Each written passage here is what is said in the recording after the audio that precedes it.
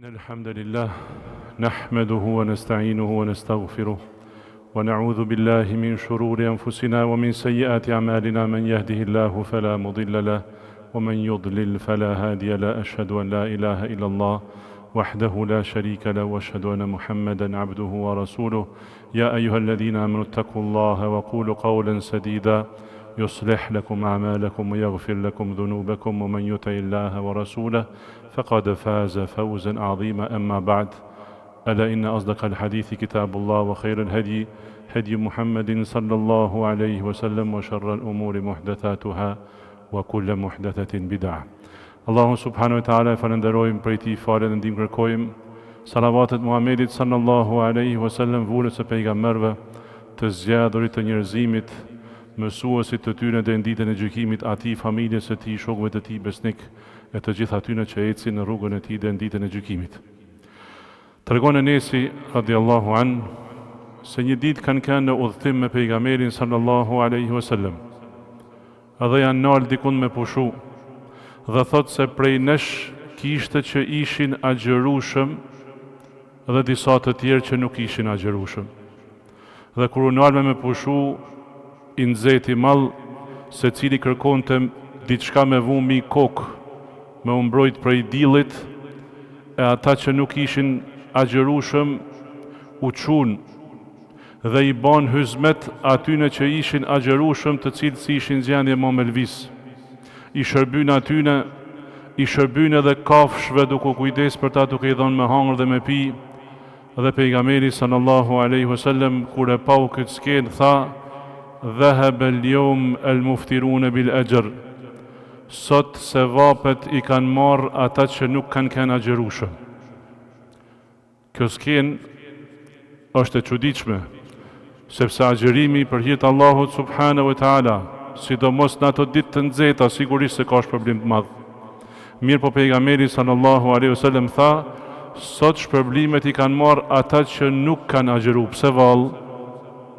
Sepse ata që nuk agjërun ishin të aftë me i bën hyzmet dhe shërbim vëllezërve të vet që ishin agjërushëm.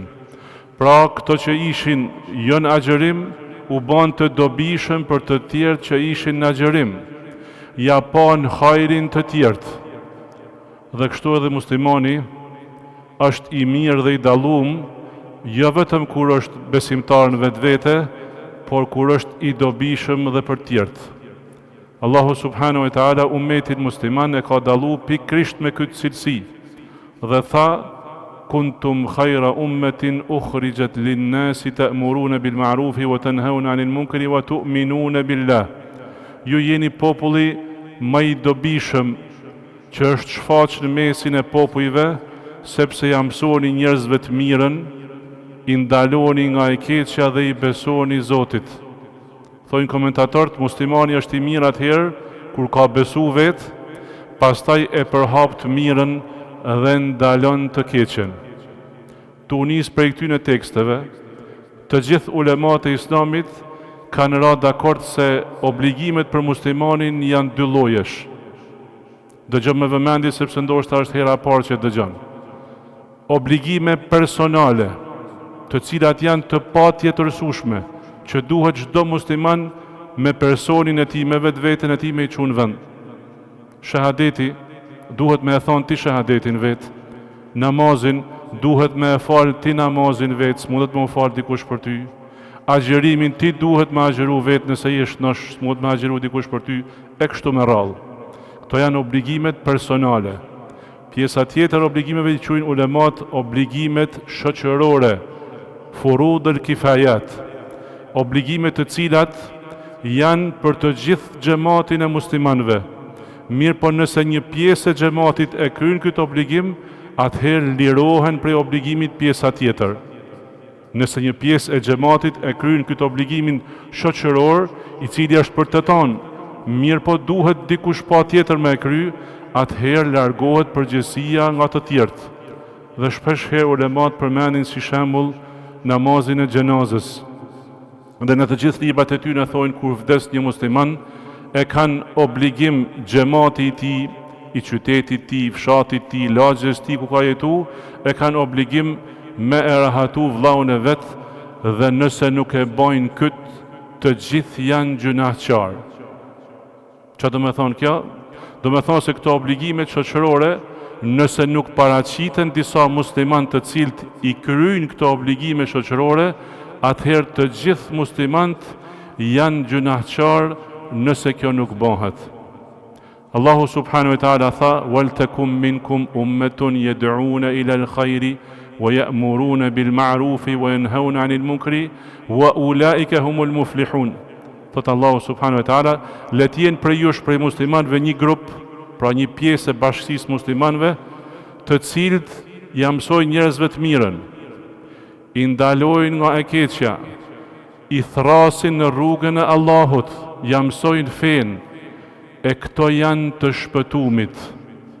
Ata të cilët e kryejnë këtë obligim, i cili është obligim shoqëror.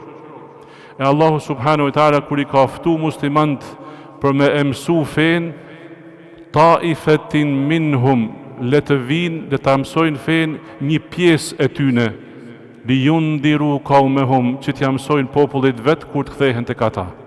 Pra obligim shoqëror ka mësimi i fesë dhe përhapja e islamit aty ku jeton muslimani, obligim shoqëror që duhet pa tjetër dikush me e kry. Këto obligime shoqërore shpesh herë muslimanët mendojnë se hajtë se ka kush i ban. Obligim shoqëror që muslimani me pas një xhami ku falet, muslimani me pas një rreth shoqëror me të cilin e jeton jetën e tij si musliman. Obligim shoqëror është muslimani me u kujdes për vëllezërit e vet, aq shumë sa që ulemat e islamit kanë thënë, duke u nisur nga fjala e pejgamberit sallallahu alaihi wasallam, nuk është besimtar, laysa bi mu'min, ka thënë pejgamberi sallallahu alaihi wasallam, nuk është besimtar ai i cili flen duke mos qenë i uritun me barkun plot, e kojshia i tij është i uritun. Ky nuk është besimtar. Pse vallë? Sepse të gjithë muslimanët e kanë obligim shoqëror që me u kujdes për njëri tjetrin. Nuk është obligim personal për secilin, mirë po duhet pa tjetër dikush nga xhamati i muslimanëve me i kry këto obligime shoqërore, sepse përndryshe janë të gjithë gjunaqtar. Dhe ulemat e mëdhëbit Hanefi kanë shku deri aq larg sa që kanë thonë nëse vdes muslimani i uritun në mesin e atyre të cilët kanë pasuri, nuk janë të uritun, janë rahat, të gjithë duhet me shpagu gjakun që e kanë lënë me vdek vllaun e vet për pa kujdesinë e tyre.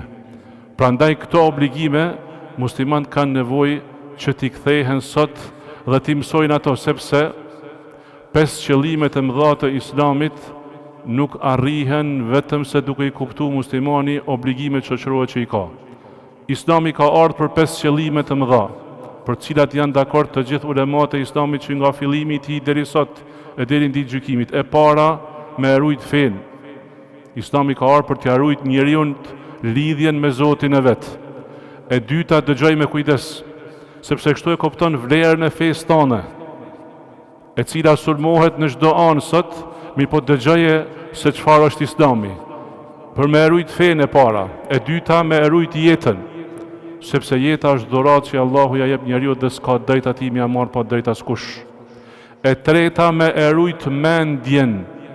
Me rujt mendjen e njeriu, sepse njeriu me mendjen e tij të shëndosh arrin me e përjetu lidhjen e vet me Zotin e vet dhe me e çu në vend obligimin që e ka si krijesë adhurimin e Allahut subhanahu wa taala. E nëse mendja manipulohet, si kur ndodh ndonjëherë sot, nëse mendjen e bin dikush se ti nuk ke krijues, se ti ke ardhur në këtë botë rastësisht, atëherë nuk realizohet ky qëllim i Islamit. Atëherë kjo mendje prishet dhe del prej natyrshmërisë të saj dhe shkon në ateizëm apo në diçka tjetër të gabuar. E Islami ka ardhur me rujt mendjen. E treta, e katërta, ka ardhur Islami me rujt nderin e personit, me rujt familjen e tij, me rujt prej ardhjen e tij, që me ditë se cili se ka fis, me ditë se cili se prej ku e ka prej ardhjen, me ditë se cili se kush është baba i filanit dhe baba i filanit, sepse nëse nuk ruhet nderi, atëherë ajo shoqëria është destinuar me u shkatërru. Dhe e fundit, qëllimi i madh i fundit i Islamit i pesti, ruajtja e pasurisë, sepse pasuria është dhuratë që Allahu subhanahu wa taala ja jep robëve të vet me urtësinë e tij si don ai dhe nuk ka drejt ta cënoj askush. Nëse nalesh dhe mendon të gjitha këto obligime, muslimanët nuk kanë mundësi me i çunë vend vetëm nëse e kuptojnë se e kanë përgjegjësinë shoqërore për t'i ruajtur këto qëllime të mëdha për të cilat ka ardhur Islami. Pejgamberi sallallahu alaihi wasallam tregon dhe thot: "Mathalul qaimi ala hududillah", shembulli atij i cili i ruan kufijtë e Allahut. Do me thonë i ruan përgjegjësitë që Allahu ja ka dhënë si në aspektin personal edhe në aspektin shoqëror.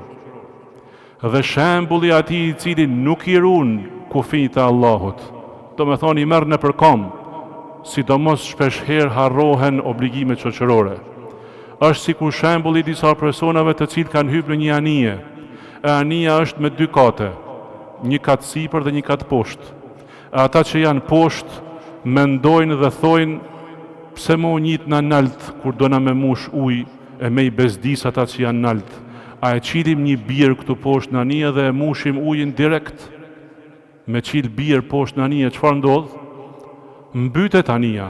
Prandaj pejgamberi sallallahu alaihi wasallam tha: nëse ata që janë sipër ya'khudhu bi aydihim, i marrin për dorët këta dhe i tregojnë se mos e qilni birën në anije, sepse nëse qilet bira në anije, kena me u myt të tanë.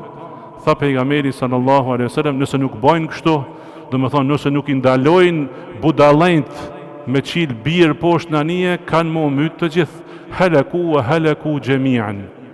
E ky shembull është shembulli praktik që duhet ta ketë muslimani parasysh për me ditë se ku është ai vetë me obligimet shoqërore që i ka. Ne të gjithë shqiptarët musliman jena dëshmitar në këtë kohë të një fushate të egër islamofobe në trojet tona. Aq islamofobe dhe aq e egër sa që nuk gjendet në asnjë vend tjetër, sa do larg botës islame. Muslimant, ne si përgjithësi, ne si bashkësi, çfarë bëjmë që t'i dalim përpara kësaj fushe të islamofobisë? Islami shahet ditë dhe natë. Në emisione, në media, shpifet rreth Islamit. Duhet ato që kanë agjendat e huaja, dojnë me amush mendjen shqiptarëve se ju turqit ju kanë bën musliman me zër. Ne të gjithë jena përgjegjës që nuk kena qendra studimore, që nuk kena historian të cilët janë të shkollum dhe janë musliman të sinqert, të cilët dalin dhe i tregojnë këtyne islamofonëve ignorant dhe keqadashës, të cilët nuk ja dojnë të mirën shqiptarisë dhe muslimanëve shqiptar, me i tregu se këto nuk janë të vërteta. Se këto shpife që i shfaqni ndaj islamit janë të gjitha gënjeshtra. Nuk dualim dikush që me i tregu se studimet e jo muslimanëve vërtetojnë se islami në trojet tona është përhap në shumicën e rasteve vullnetarisht. Një shembull, historiani Qiro Truhelka. Mundet se cili me hi në internet dhe me gjetë emrin, bi emrin dhe veprat e këtij personi. Historian kroat, i cili nuk ka qenë musliman, ka vdek para rreth 120 viteve. Thot, nuk është as pak e vërtet që islami në trojet tona, sepse ka pas islam dhe në Kroaci, është përhap me forcë. Përkundrazi thot, turqit të cilët kanë ardhur në trojet tona janë përzi me popullatën e vendit dhe ja kanë dhënë aty në kulturën islame derisa njerëzit dikur janë të bind dhe e kanë pranuar islamin. Pse nuk kemi ne njerëz të tillë të cilët e mbrojnë fenë e vet ashtu siç i ka hije muslimanëve? Nëse nuk kemi, atëherë jemi të gjithë gjunaqtar. Të gjithë, sepse e kena obligim me mbrojt islamin. Nëse ndaj islamit thuren kurthe, apo nëse ndaj islamit fliten të pavërteta. Mos e harro qëllimin e parë me të cilin erdhi islami, me e rujt fenë, me e rujt lidhjen e njerëzit me Allahun subhanahu wa taala. E dikush sot, nëse ja shan dikën shtëpis, fort bëhet nervoz. E ditën edhe natën shahet islami dhe as që i rritet tensioni dhe as që i ulet. Kjo tregon se jena akoma larg në kuptimin e vërtet të teksteve fetare. Jena akoma larg me e kuptu se ti si musliman nëse falesh dhe agjeron, e ke kry obligimin tënd personal ndaj Allahut subhanahu wa taala, ndaj krijuesit tënd, sepse këto janë obligime që s'mund me t'i kry askush. Mirë po nuk mjafton me kaq, sepse ti si musliman njëkohësisht e ke obligim me marr pjesë që më u kry detyrat e muslimanëve në aspektin shoqëror. A kanë muslimanët vakufe siç kanë lanë stërgjyshrat tonë, të cilat i shërbejnë Islamit dhe përhapjes tij dhe mësimit fesë? Jo vetëm që s'kan, sepse shpeshherë muslimanët sot as që e njohin institucionin e vakufit, por sot vakufet e muslimanëve vidhen, keqpërdoren, anashkalohen dhe kanë ra në duart e atyre të cilët janë të pabez dhe keqadashës. Ndërkohë që muslimanët secili shikon punën e vet dhe harron se këto pasoja ka mundësi që me i vujt gjeneratat që vinë pas. Nëse nuk kujdesen ato muslimanët që janë sot me i kry obligimet e tyre shoqërore që i kanë, atëherë nuk ka dyshim se ato që vinë më mrapa kanë me e pas vështirë, për mos me shku larg xhamit në Austri ku jetojmë ne. Të gjitha xhamit pa përjashtim, a mos vallë janë të ndërtuar nga shteti? Jo. Xhamit janë të ndërtuar nga muslimanë, kudo që janë ata. A janë Vjen, a janë Salzburg, a janë Linz, një grup muslimanësh janë mbledh, e kanë marrë një dhomë apo dy dhoma apo një objekt me qira dhe e kanë hapë xhamin dhe ne sot falemi në atë xhami. Mirë, a është njësoj ai i cili vjen xhami, hin edhe del dhe falet dhe nuk e intereson çështja e xhamis, pa marrë parasysh ku është xhamia? Se si ai i cili kujdeset për xhamin, ai i cili e gjallëron xhamin me vetveten e tij, me familjen e tij, me pasurinë e tij dhe me mundin e tij, sigurisht se nuk është njësoj. Prandaj ata të cilët kujdesen për xhamit duhet me i falenderu, sepse obligime kena të gjithë. Mirë po, përderisa egoizmi i ka kaplu një pjesë të madhe të muslimanëve dhe askush nuk e lodh mendjen për obligimet shoqërore që i ka, atëherë duhet me i falenderu ata të cilët kujdesen për xhamit, ata të cilët shpenzojnë për xhamit, ata të cilët i gjallërojnë xhamit me vetveten e tyre dhe me familjen e tyre dhe me mundin e tyre, sepse na hekin prej shpinës një obligim që e kena të gjithë, të cilin nëse nuk e kryjm jena të gjithë gjunahçar. Ulemat kanë thënë, ki kujdes, mos mendo se ky obligimi shoqëror është pak më i lehtë, hajt se ka kush e kryen. Kanë thënë nuk ka dallim midis obligimit personal dhe obligimit shoqëror. Pse? Sepse të dy kanë ardhur prej Allahut subhanahu wa taala. Ai Allah subhanahu wa taala i cili e ka shpall Islamin me këto 5 shtylla dhe të ka kërku ty si musliman një vërtet, nëse dënë me kënë serioz, nëse dënë me kënë pa hile me Zotin tënë, me falë namazin 5 herë në ditë, po Allahu subhanahu wa taala i ka kërku muslimanve që me i kry në vend dhe me i qu o në vend obligimet e tyre shoqërore që i kanë, sepse nëse nuk i kryen, atëherë janë të gjithë gjunahçar. Mos harro fjalën e pejgamberit sallallahu alaihi wasallam, nuk është besimtar ai i cili bjen me fjet me barkun plot e kojshia i tij është i uritun, kështu krahaso dhe me veprat e tjera. Nuk është besimtar i mirë ai i cili nuk i intereson puna e muslimanit kojshisë vetë që e ka, i cili nuk e njeh derën e xhamisë. Nuk është musliman i plot ai i cili nuk kujdeset se si e ka gjendjen e Islamit në familjen e vet, tek baba i vet, tek nana e vet, tek motra e vet, tek fëmijët e vet. Nuk është ky musliman i mirë sepse e ka obligim shoqëror që me ja tregu atyre të vërtetën dhe me i ndalu nga e keqja. Nëse nuk e bën këtë, atëherë është gjunaqar ai dhe të gjithë ata që jetojnë rreth tij. Elusim Allahun subhanahu wa taala të na udhëzojnë ka jo me cilën ai është i kënaqur, të na bëjnë ta kuptojmë se përveç obligimeve personale që i kena dhe obligimet tona shoqërore, dhe se nuk mund të ngrihet një xhamat i muslimanëve i shëndosh vetëm me pjesëmarrjen aktive të individëve të tij. Nëse kjo ndodh, atëherë ka me pas xhamat të shëndosh. Kujtoje rastin e Ebu Bekrit radiallahu an, i cili është njeriu më i mirë që ka jetuar në fytyrën e tokës mas pejgamberëve. Ebu Bekri radiallahu an është më i mirë se shokët e Musait, është më i mirë se shokët e Isës alayhis salam, dhe është i zgjedhur nga shokët e pejgamberit sallallahu alaihi wasallam, dhe mbi gradën e tij janë vetëm pejgamberët. pse e arritja i valë këtë, a mos valë Abu Bekri radiallahu anhu falej ma shumë se tjertë, apo agjeron të ma shumë se tjertë, ja, por sepse u angazhu a i me vetveten e ti dhe me pasurin e ti dhe me familjen e ti me ndihmu islamin. E Allahu ka premtu dhe ka thonë wala yansuranna Allahu men yansuruh, dhe Allahu ka me i dhanë sukses, ka me i dhanë fitore ati të cilit ndihmon Allahun.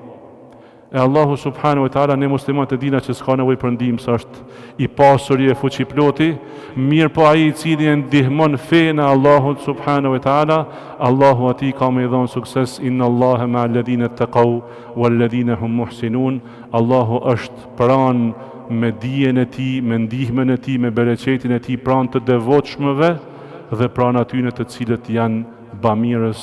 Aqulu qawli hadha astaghfirullah li wa lakum wa lisa'il mu'minina fastaghfiruhu innahu huwal ghafur.